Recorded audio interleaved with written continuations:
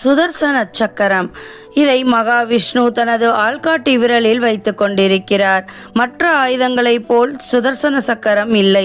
இது எல்லா ஆயுதங்களை காட்டிலும் வலிமையானது. எப்பொழுதும் சுழன்று கொண்டே இருக்கக்கூடியதுதான் சுதர்சன சக்கரம். அது சுழலும் தருணத்தில் சப்தங்கள் எழுப்புவதில்லை என்பது ஐதீகம். சுதர்சன சக்கரம் ஒரு கைப்பிடி அளவு துளசியில் அடங்கக்கூடியது. அதே சமயம் இந்த பிரபஞ்சம் அளவிற்கு பறந்து விரிந்ததுமாகவும் இருக்கின்றது.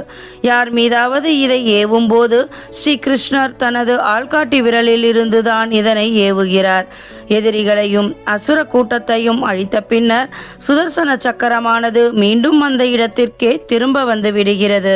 அதாவது சுதர்சன சக்கரம் ஏவப்பட்ட பிறகு ஏவிய பகவானின் கட்டளைக்கு கட்டுப்பட்டு அவரது திருக்கரங்களுக்கே வந்து விடுகிறது. எவ்வித அழுத்தமும் இல்லாத சூன்ய பாதையில் செல்வதால் சுதர்சன சக்கரத்தால் எந்த இடத்திற்கும் கண்மூடி திறக்கும் நேரத்திற்குள் செல்ல முடியும் என்கிறது விஷ்ணு புராணம். மகாவிஷ்ணுவின் திருக்கரத்தில் இருந்து சுதர்சன சக்கரமானது கிளம்பியதும் தெரியாது, எதிரிகளை அழித்ததும் தெரியாது, மீண்டும் அவரது திருக்கரங்களுக்கே வந்து விரலில் அமர்ந்து கொள்வதும் தெரியாது. எல்லாமே கனப்பொழுதில் அரங்கேறிவிடும். ஒருவேளை எதிரி மிகுந்த பராக்கிரமம் மிக்கவனாக இருந்தால் சுதர்சன சக்கரத்தின் வேகத்தில் தடையேடும் ஏற்பட்டால் அப்போது சக்கரத்தின் வேகம் இதுவரை இல்லாத அளவிற்கு வேகம் கூடுமாம். இதனை ரன்சகதி என்பர். சுதர்சன சக்கரம் என்பதே சக்கரத்தாழ்வார்தான்.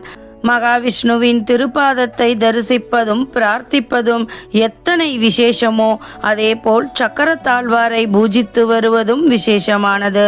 நமது எதிர்ப்புகளையும் எதிரிகளையும் அழித்து நமக்கான தடைகளை எல்லாம் தகர்த்தருள்வார் சக்கரத்தாழ்வார் என்கிறார்கள்.